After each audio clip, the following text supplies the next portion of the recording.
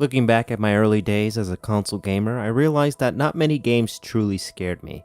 I'm talking about the kind of fear you'd get when you turn off the lights in the basement and quickly run up the stairs fearing something would grab you. The kind of fear that would make you sleep with a nightlight on and triple check that the doors are locked and the window shades are closed. The kind of fear that would enter your mind while you sleep and your brain decides to pop that in your dream projection reel and you would get nightmares. The first game to give me that fear was Call of Duty Zombies. And I'm not talking about the new zombies, I'm talking about the old school zombies. Hey man, hook a brother up with some old school. The treyarch games, not any of the other crap put out by Infinity Ward or Sledgehammer Games. Call of Duty Black Ops was my first Call of Duty game, and it changed my life by brutally ripping my guts out and goose-stepping all over it. It was a mesmerizing experience that helped me improve my relationship with my father, as we would stay up Friday nights trying to get past round 15 on the Zombies map 5. We eventually bought Call of Duty World at War because we wanted to see how different the first iteration of Zombies was compared to Black Ops 1. Although we had a blast playing co-op, playing solo was an entirely different experience. Hello guests, it's the host, and welcome to the Silent Lounge.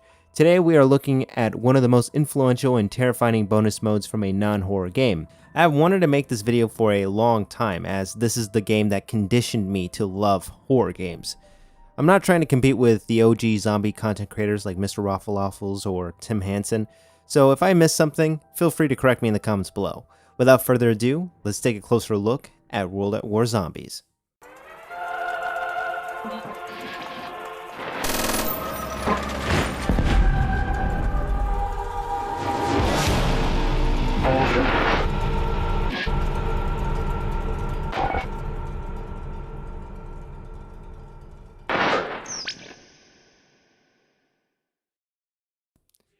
The game that started it all.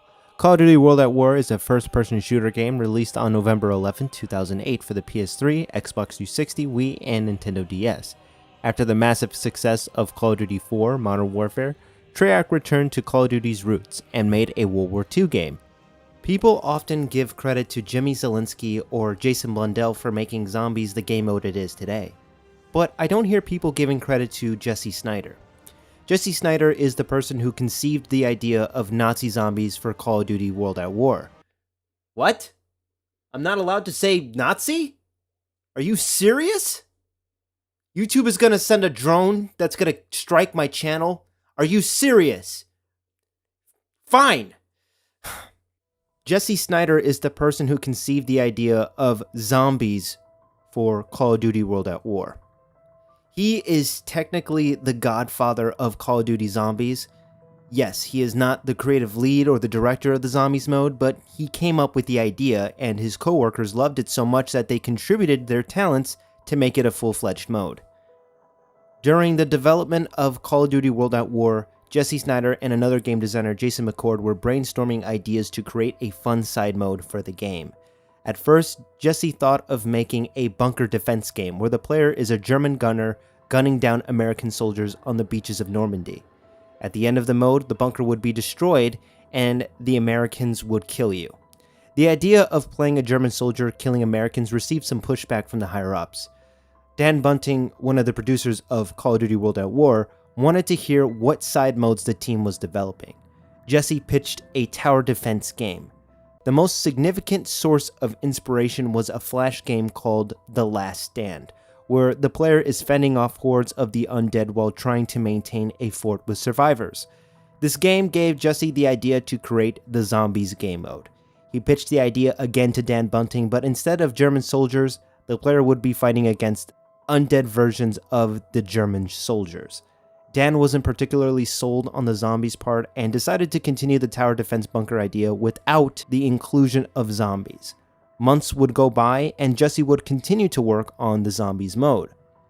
Jesse showed early prototypes of the zombie mode to his peers within the department, and he got the go-ahead from the creative director to continue working on it.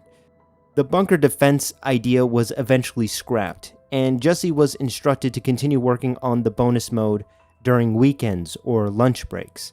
Word got around that Jesse created an addictive zombie mode that intrigued people from other departments. Eventually, Jimmy Zielinski loved what Jesse made and offered to contribute animations since he was the lead animator for Treyarch at the time. Soon, the executives heard about the mode and tried it for themselves. The mode was a huge hit within Treyarch, and they decided to include it in the game. The catch was that they would not advertise the Zombies mode, and it could only be played after the campaign was completed. If you guys want to read the full story, I'm going to leave a link to the article in the description below.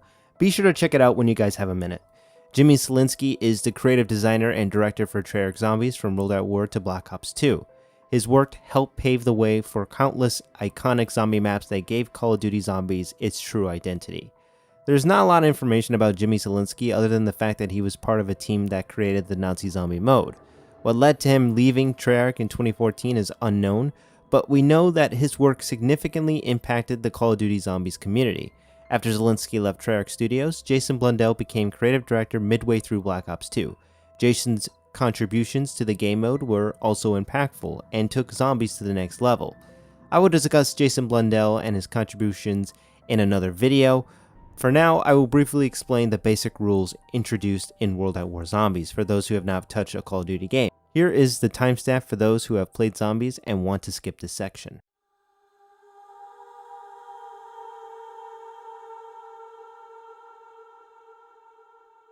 The point system in World at War Zombies is pretty simple, and it has been carried over for numerous Call of Duty titles, except for Cold War Zombies. Points can be used to buy items such as weapons, ammo, Bible barriers, traps, This is gonna jack those freak bags up. perks, and the mystery box.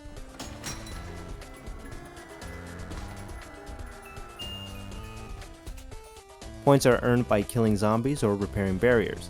Depending on where you hit a zombie determines how many points you get. For example, killing a zombie with a headshot gives you more points than shooting it in the chest. The type of weapon you use plays a factor in the point system, creating more ways to strategize point building. For example, an SMG will get you more points than a shotgun because you can get more body shots that add up, whereas a shotgun shot can kill the zombie with fewer shots, resulting in fewer points.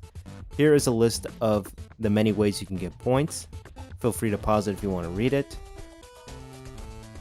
Power-ups are items that randomly spawn after killing a zombie or after surviving a wave.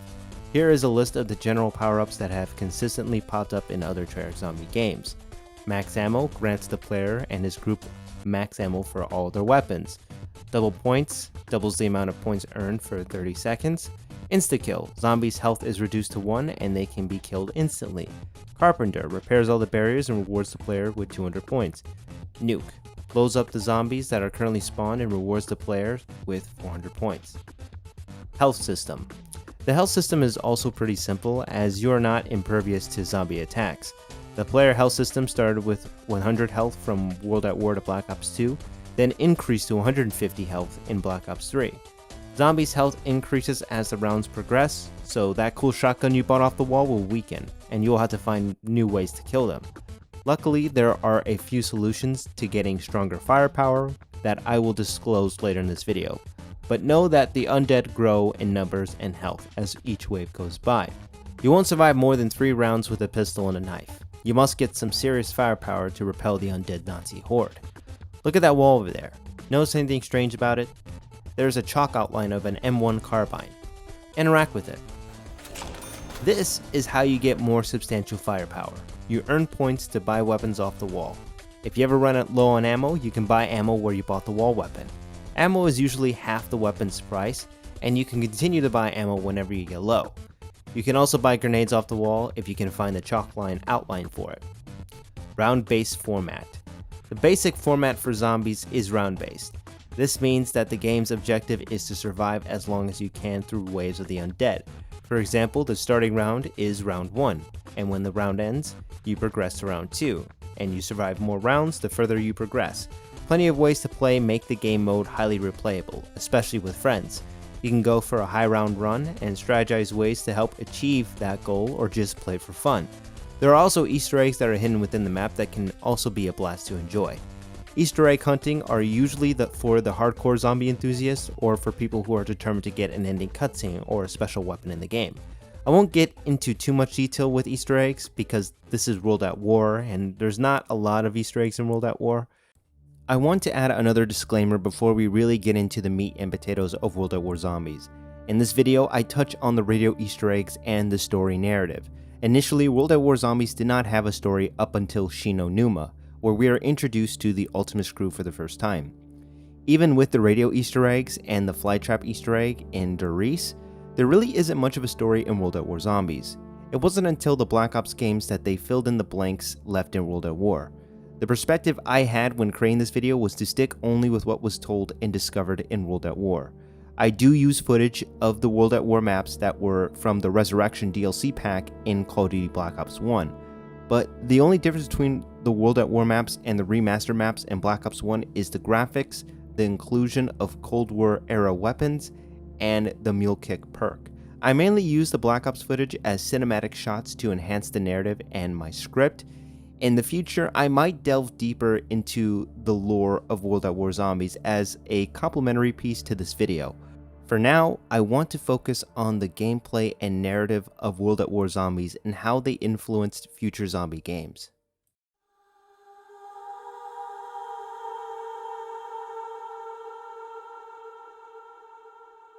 After you complete the campaign and skip watch the credits, you will get this cutscene.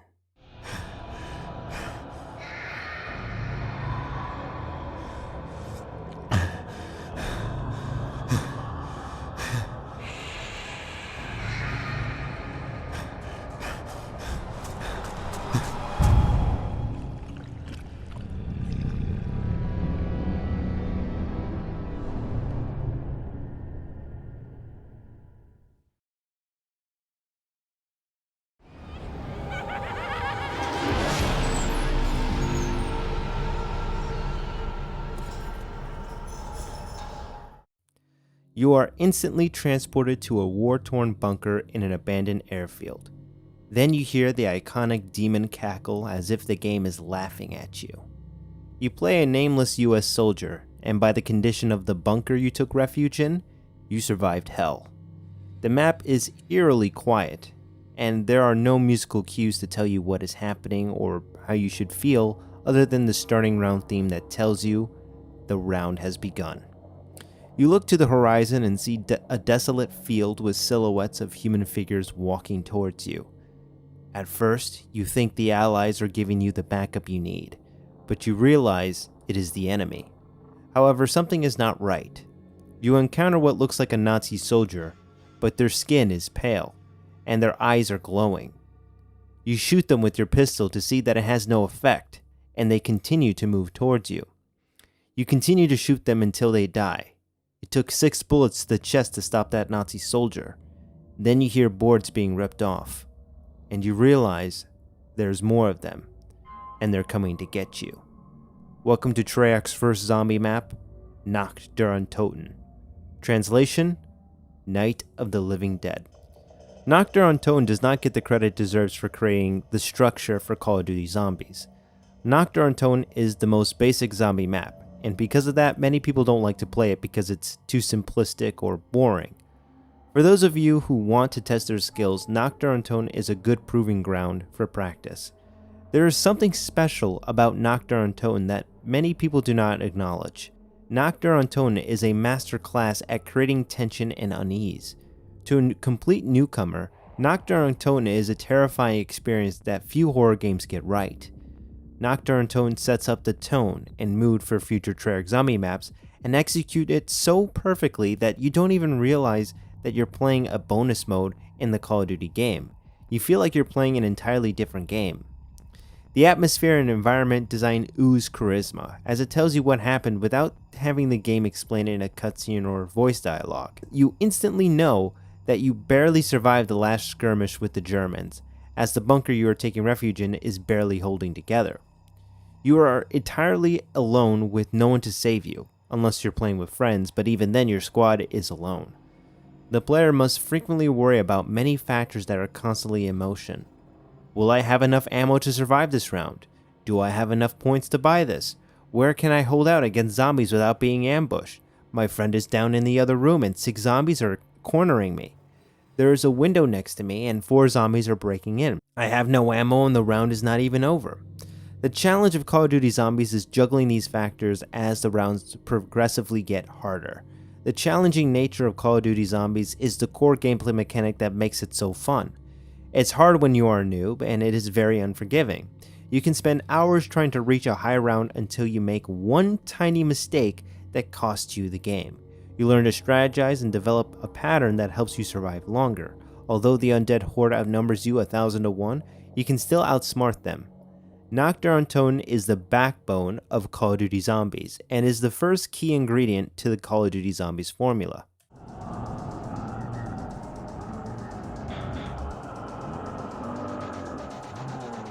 The map layout for Knocked is tight and claustrophobic.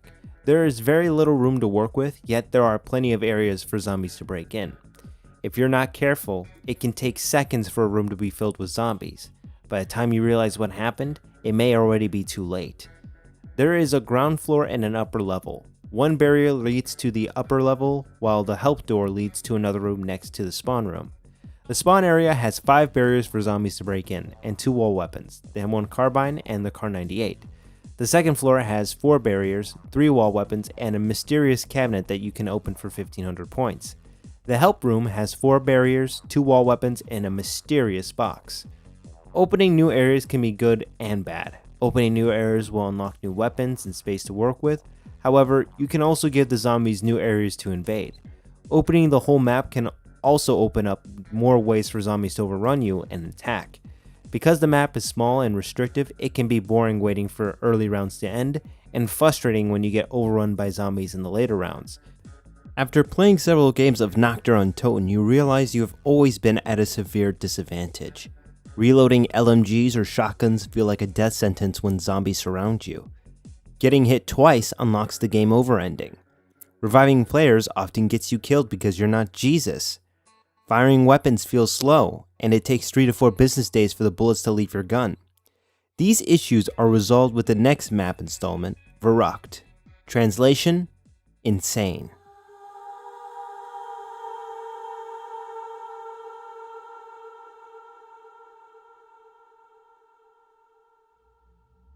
Call of Duty World at War's first DLC pack introduced the second zombie map, Verrucht.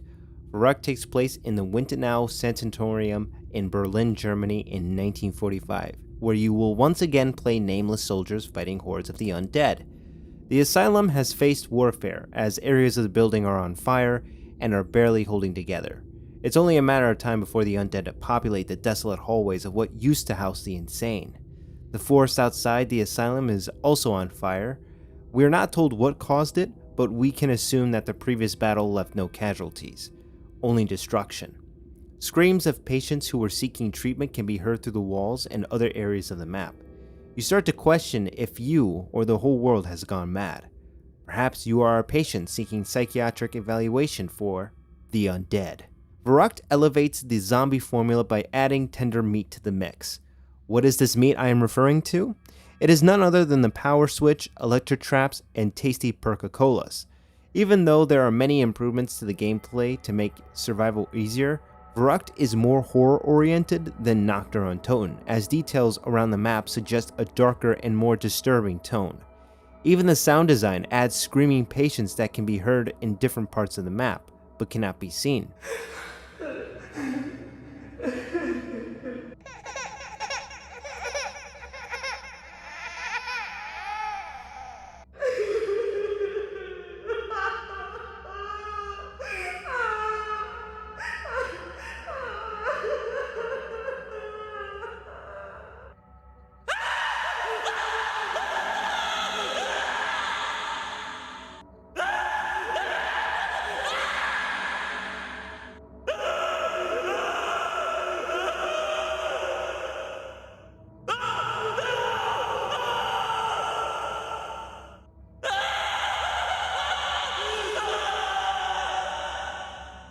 Verrucht is my second favorite map in World at War Zombies. Although it is incredibly creepy and unsettling to play, it has a melancholic beauty that my Silent Hill brain enjoys.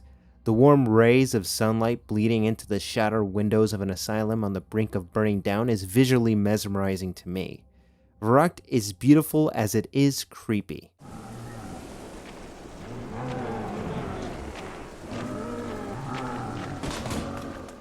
Perca-Colas are sodas that give the player special abilities. Verrückt introduces 4 new Perca-Colas.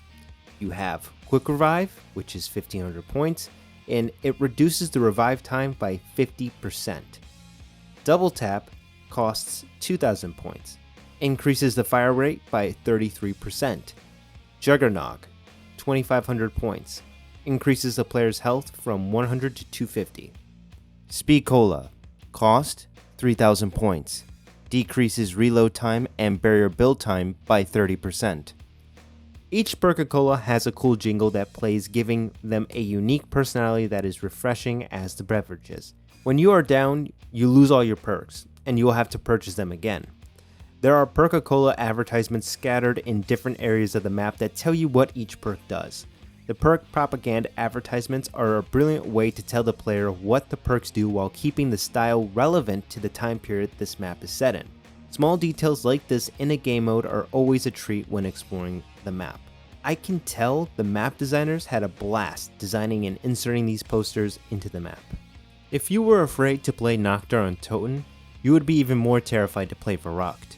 The map layout is much bigger than Nachtr on Toten, as you will have more room to run around and explore the map. There are 2 sides of the map that you can spawn in. The American side has wall weapons like the M1 Garand, Thompson, M1897 trench gun, while the German side has German wall weapons like the Gewehr, SGG-44, and MP40. 2 floors on each side of the map lead to the power room. Verrückt has cramped and condensed hallways, making it challenging for those not experienced with maneuvering obstacles. Verrückt also has more wall weapons than Nachtr on Toten and features the bouncing Betty equipment. The crowning jewel of this map is the Easter egg song, which is my favorite Easter egg song in World at War. On the German side of the map, there are 3 toilets on the power room, flush one of the toilets 3 times, and the lullaby for a dead man plays. The electric traps are a valuable tool in crowd control and are effective when used correctly. It is very easy to get yourself killed if you accidentally walk into the trap, or ironically trap yourself with the zombies. Electric traps vary in cost depending on what zombie map you play. The electric traps in Verrückt cost 1000 points and can only last for 30 seconds before shutting off. Then you must wait for the trap to cool down before you can use it again. Verrückt is a solid map with more replayability than Nachtr on Toten. However, a key ingredient that gives the zombie mode diversity among other action survival horror zombie games is still missing. Treyarch Zombies desperately needed character.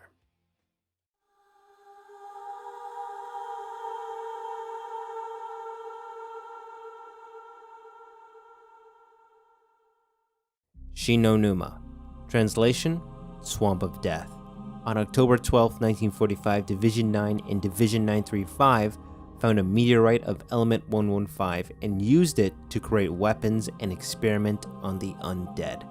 The Rising Sun facility was built around the meteorite, which crash-landed in a swamp. The murky waters filled with parasites and mosquitoes are the least of your problems in Shinonuma. Members of Division 9 have gotten infected with element 115 and turned into zombies overnight. Now, the undead have overrun the facility and you are humanity's last hope to stop the spread of element 115. Shinonuma introduces the player to the first cast of characters that give Call of Duty Zombies a personality. In the previous maps, the characters you played were nameless soldiers who shouted profanities and other callouts that didn't add anything new to the narrative. Don't get me wrong, adding nameless American soldiers created realism that made the player feel more immersed in the gameplay. However, it still didn't connect the player with the characters they played. It felt like you were playing with Green Army men rather than playing a character in a pivotal story. Shinonuma is the flesh of Call of Duty Zombies that push forward a compelling story with fleshed out characters from each side of the battlefield of World War II. Let me introduce you to the members of the Ultimus crew. Oh, those don't sound like freak bags. Edward Richtofen, voiced by Nolan North. Dr. Edward Richtofen plays a pivotal role in the experimentations of Element 115. Richtofen is a sadistic sociopath who takes pleasure in torturing his victims and is nicknamed the Butcher. When the Republic fell and the Nazi Party took over, he joined the army to satisfy his need to watch people suffer. He was likely present during the Rising Sun facility outbreak and has a larger role to play in the World at War zombie storyline. Look at watch this wee widow wags! Dempsey, I hate you. I hate your ugly voice. Tank Dempsey, voiced by Steve Blum. A stereotypical American war hero, Tank Dempsey is a hardcore US Marine. Screams "Oorah" a lot and swears like a sailor. He is not particularly bright, but he will kill a ton of zombies while grinning ear to ear. He hates Richtofen but has some level of respect for the other crew members. He was selected to investigate the Rising Sun facility after he showed true grit at the Battle of Pelulu. Give them an inch and they take a foot. I take the whole leg! Oh, I see. Speed dating the big ones doesn't work, so you're trying the stumpy ones now. Nikolai Belinsky, voiced by Fred Tatasciore. The Soviet bear that every zombie party needs, Nikolai Belinsky is a Russian soldier from the Red Army who drinks vodka and loves to talk about his many ex-wives. He is a tragic character with good comedic timing and often makes jokes at Richtofen's expense. Nikolai is connected to the Red Party and climbed the ranks by killing the next person in line, and often married politically. One day, he finds out that one of his wives cheated on him with another member of the political party. This did not sit well with Nikolai, and his wife met her demise with an axe lodged in her neck. Stalin himself didn't want to deal with Nikolai's murderous rampage, so he sent Nikolai to the front line. Still coming! We need to watch Takeo closely. There's something not right about that boy. Takeo Masaki, voiced by Tom Kane. A warrior with honor, Takeo Masaki is bound to the Japanese Imperial Army. Takeo was born into a wealthy family whose bloodline is full of highly decorated samurai and bushi. When Takeo was 5 years old, he cut off tails of kittens in the street with his takana, and it was then his parents saw the potential Takeo had to bring honor to their family name.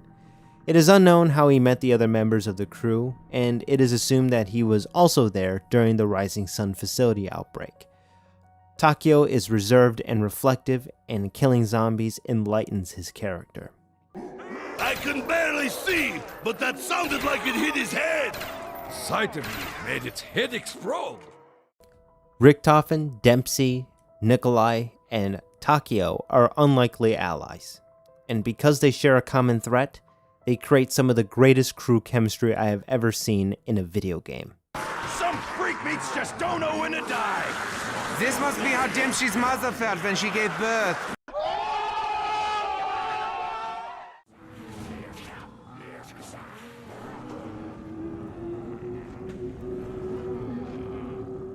The spawn room is in the center of the map, and within the spawn room, there are 3 radios you can interact with to get more context with the story of Shinonuma and the following zombie map, Doris. I will talk about the radios later in this section, but know that the secret radio Easter eggs in Shinonuma provide context to the story and the lore. Shinonuma has more open space than Verrückt, but don't be fooled. This is no walk in the park. There are swamp areas that slow your movement, and zombies can come out of nowhere and easily take you out. There are 4 explorable areas within Shinonuma, which contain a hut. Each hut will contain a Perca-Cola machine, but there's a twist. The Perca-Cola machines are randomized, so you will not know what perk you will get until you open the huts. There are 4 perks in this map, 1 for each hut. Here are the hut locations. The storage hut is located on the upper left corner of the map. The doctor's quarters is located on the lower left corner of the map. The fishing hut is located on the lower right corner of the map. And the con room is located on the upper right corner of the map. Each location has an electric power trap that the player can use strategically. However, the power trap is inside the hut, meaning you can hold it down against a horde of zombies or use it to keep a horde from coming out. There is also a zip line in the doctor's quarters that can be used as a quick getaway. After using it, it will need to cool down for 30 seconds before you can use it again. The newest addition to zombies in Shi no Numa is the Hellhound rounds. These creatures are zombie dogs which are called Hellhounds. They are typically weaker than zombies but are fast and can spawn anywhere. When you kill the last Hellhound, you are rewarded with a max ammo drop, and then the next round begins. This usually occurs every 5 or 6 rounds, however, in later rounds, Hellhounds can appear on a regular round with zombies. Shi no Numa is also the first map to introduce the Wunderwaffe DG2. You can think of it as a gun that shoots out a lightning bolt, and you can chain other zombies to get up to 10 kills at once. It's best to use the Wunderwaffe at medium range with a group of zombies. Not only does it kill zombies, but it also instantly kills Hellhounds. The only major downside to using this weapon is that it can take away your jug if you fire it too close to a zombie. This glitch was never fixed in World at War, but it was fixed in future Call of Duty zombie entries.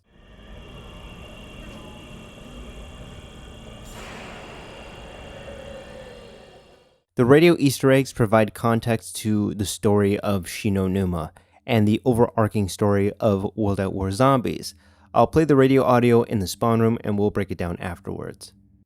R-4808N 37 1406 115 48 40. I hope you're receiving this transmission, Peter. If you are not, then all is already lost. You must know by now that we failed to contain the asylum, and that we had to move the experiment here. Location. The numbers will guide you. The giant must remain at all costs. Repeat, Derice must remain safe at all costs. The DG2 experiments continue. Might be our only advantage now. Find Dr. Dr. Max's. Only they may know what's going on. The use of 115 is dangerous at best. I'm not sure how long we can continue here. We've lost most of our best people. I hope you get this. I hope it hasn't happened there too. But I'm almost out of hope. 6054 06.96 101 55 44.94. A mysterious voice is trying to contact US spy Peter McCain, our friend hanging out in the spawn room. Apparently the nameless soldiers we played as in Verrückt were a rescue squad for Peter McCain, and Dempsey was the captain of that squad. The mission was a failure and Dempsey got captured by Group 935 and sent to Richthofen to be tortured. The voice says that we must contain Derice at all costs, and that Richthofen and Dr. Max's should know what's happening.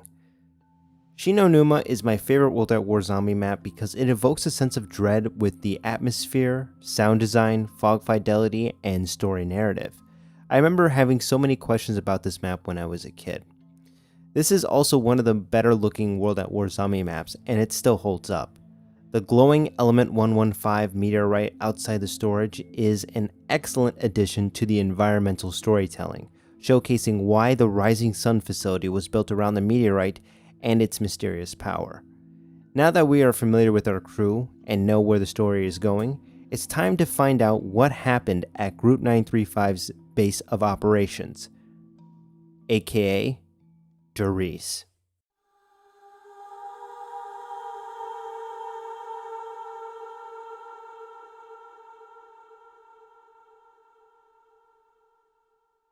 Derice. Translation: The Giant. On October 28, 1945, the Ultimus crew find their way to Group 935's base of operations.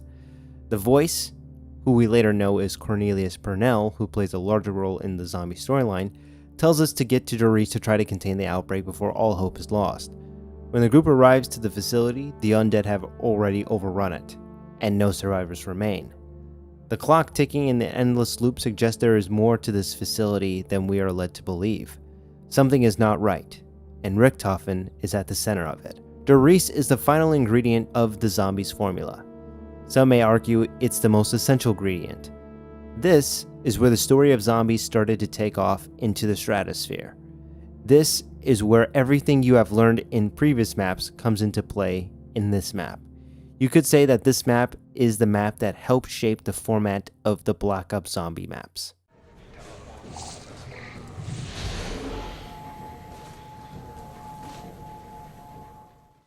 Derice feels more like a maze than the previous zombie maps. The loading screen cleverly shows you what the objective is aside from turning on the power. You don't have to memorize the loading screen map because there are maps on some of the walls that inform you where you are in the facility. From the spawn room, there are 2 paths you can take. My favorite path is going through the hangar area where there is a Thompson and a double barrel shotgun.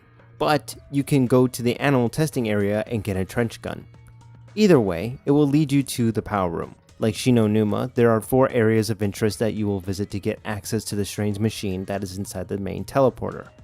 The outer courtyard is locked until you turn on the power. Once you turn on the power, you unlock the way back to the spawn room and the other side of the map. The power room is not really a room, but a small area that has a power switch. You spawn at the inner courtyard area and notice a strange machine in front of you that requires power to open.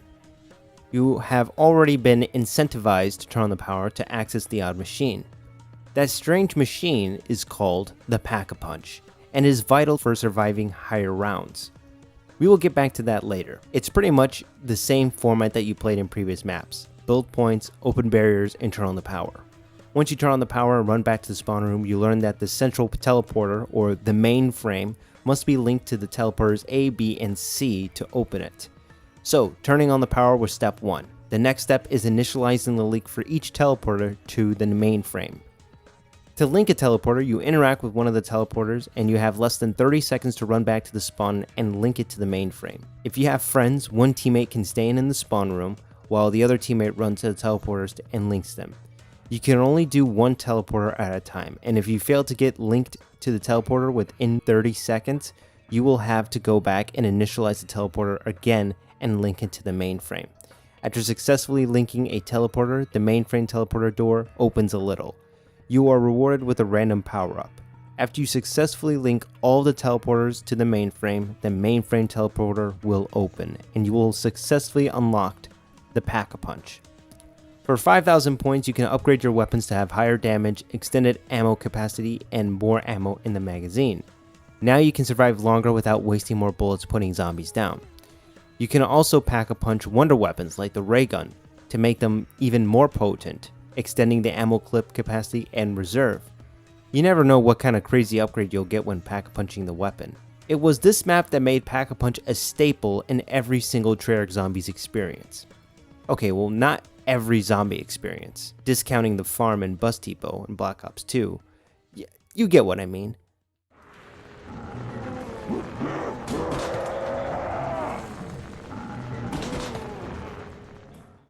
Now we move into the story narrative of Derice, and you should sit down for this.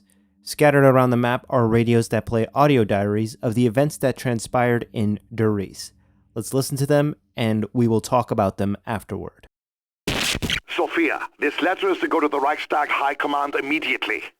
Gentlemen, it is with the utmost urgency that I draw your attention to the lack of funding being injected into the giant project. While I believe we are close to realizing the ultimate plan, we still have several years of development before it is ready. It would be folly to cut our expenditures so early in our development. As you know, early tests on the DG2 have easily outperformed expectations, and we fully anticipate mass-producing the Wunderwaffe within the next few years. Work on the matter transference has, however, come to a standstill. We simply do not have enough Element 115 to continue the experiments. The test subjects have survived teleportation, but are currently unresponsive to commands and cannot be controlled. If we are to overcome this obstacle, we need to increase the frequency and size of the experiment. To this end, I suggest we find not only a regular supply of 115, but that we also find a larger conduit to channel the energy. Our operatives in America have informed us that the U.S. has a large supply of the element at the Nevada base. So time is of the essence if we are to stay ahead of them. This cannot be done if you cut the budget, nor can it be done if you insist on pressuring us into action before we are ready. I am, of course, available for discussion on the matter, but in the meantime, I will continue with the work here and try to win this damned war. Signed, etc., etc., Dr. Maxis. Dr. Maxis is struggling to get the teleporters to work correctly for the war and is under pressure from high command due to budget cuts. The Wunderwaffe is being mass-produced for the German army, but Group 935's resources of Element 115 are becoming scarce, and fears of the US utilizing their found resources of Element 115 are coming to fruition. Maxis is under the gun, and his country is depending on the efforts made by Group 935 to win the war. Stand up.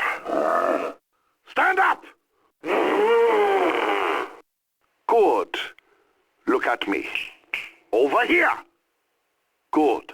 Now walk forward.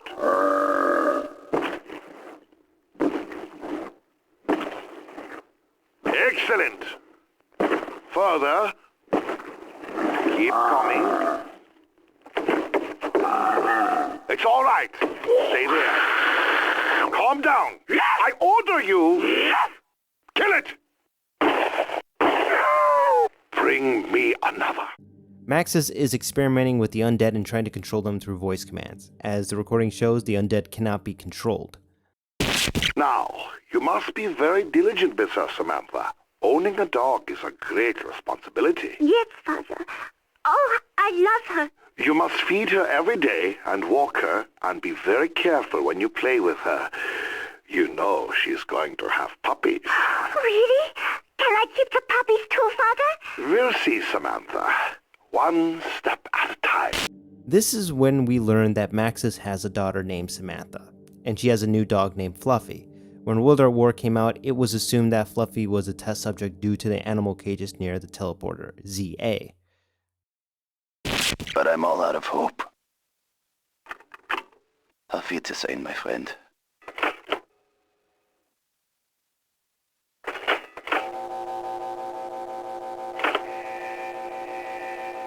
Warning, the shield is now active. Damn it! I can't find my pills. Materials and report to the barracks. They are coming. I must do what I must do.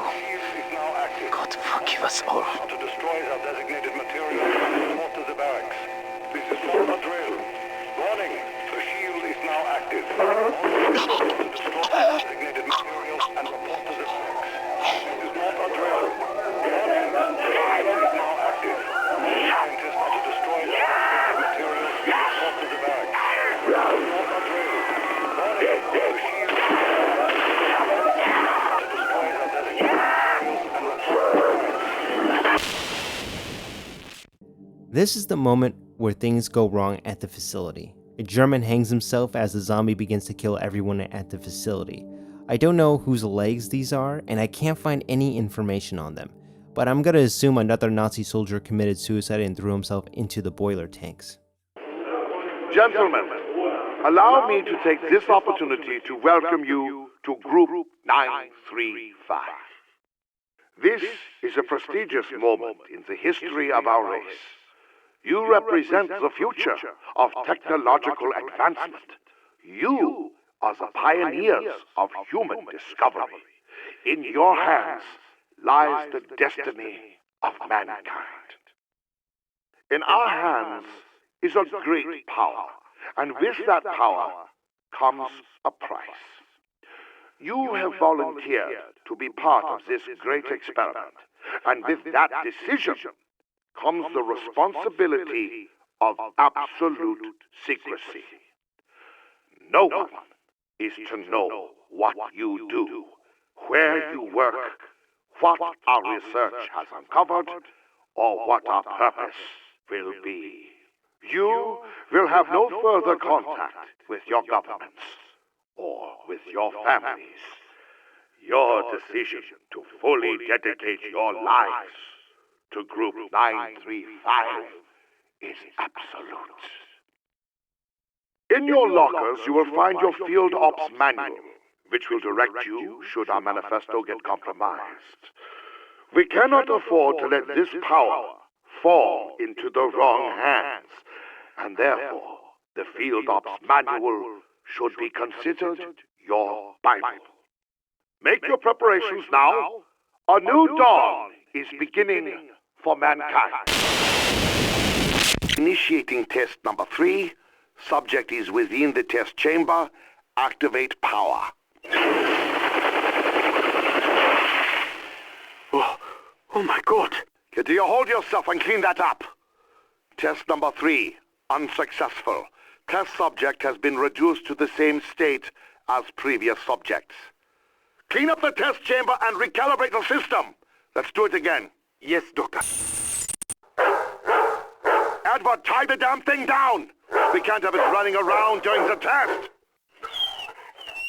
It's tied down now, Dr. Maxis. Initiating test number 5. Subject is within the test chamber. Activate power. Searching for vitals. No reading, Doctor. The subject has disappeared. Dr. Maxis, we've done it. Don't be foolish! Test number 5 is unsuccessful. Subject has vanished, yes, but has not reappeared at the mainframe. Recalibrate the damn system, now!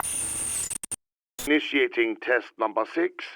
Subject is within test chamber. Activate power. Damn it, Edward! Did you set up the device correctly? Yes, Doctor. As per your specifications. If you had done it to my specifications, then it would have worked, wouldn't it? As usual, your incompetence has... What? Do you hear that, Doctor? Quiet, you fool! Test number 6 is a failure, but the experiment has caused some kind of electrical force energized within the chamber. Well, open the door! Doctor, I don't think... Open the door, now!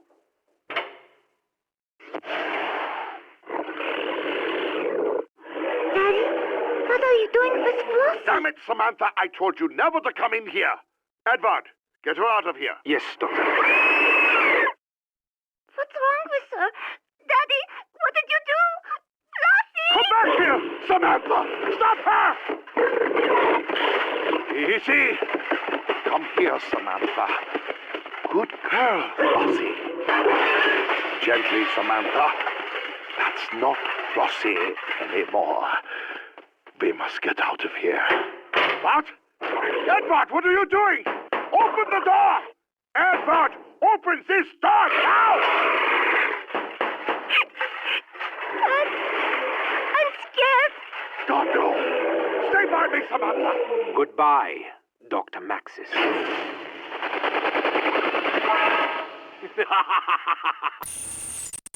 It appears that Edward Richtofen murdered Maxis and Samantha by locking them in the room with the Hellhound, and then teleporting them away. We later know that Samantha is controlling the zombies. At this point in the zombie storyline, we don't know how or why, but we do know that she controls them due to the voice we hear when we do the Easter egg. There is a huge storyline that neatly organizes the events that happened in World at War to the latest Black Ops game. If you guys want me to do a deep dive into the story and lore, let me know in the comments below.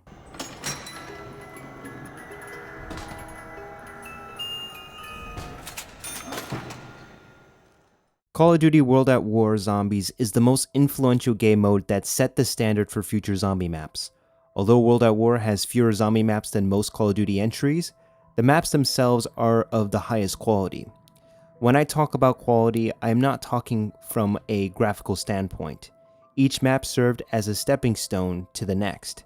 Nocturne on Toten taught you the basic rules of survival in confined spaces.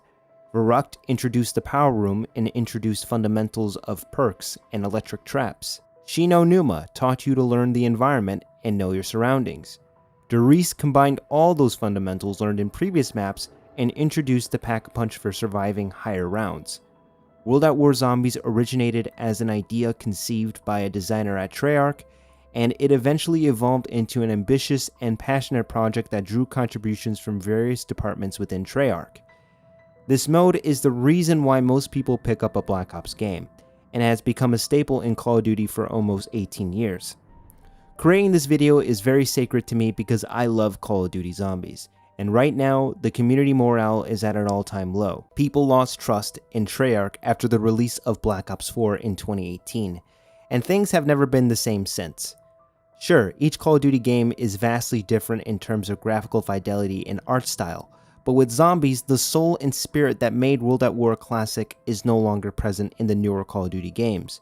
With Black Ops 7 coming out in November, I can already see the pre-order bonuses, the countless gun camos, the ridiculous operator skins, and the horribly recycled assets that have been reused time and time again.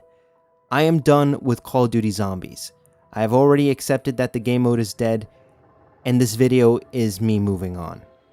People need to remember why World at War Zombies is so great, so that they can stop supporting the same garbage that has been re-released for the past decade.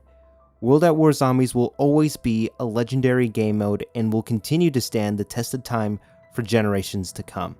If you enjoyed this video, be sure to give it a like, and subscribe if you enjoyed your stay at the Silent Lounge.